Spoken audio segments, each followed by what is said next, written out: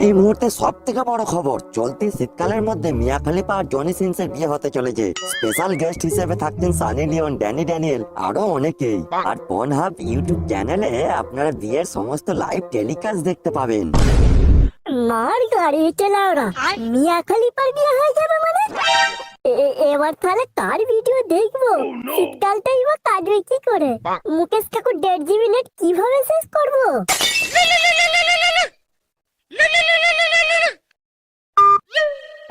Hello, এই কোথায় আছিস রে লাউরা? বাড়িতে আছি রে।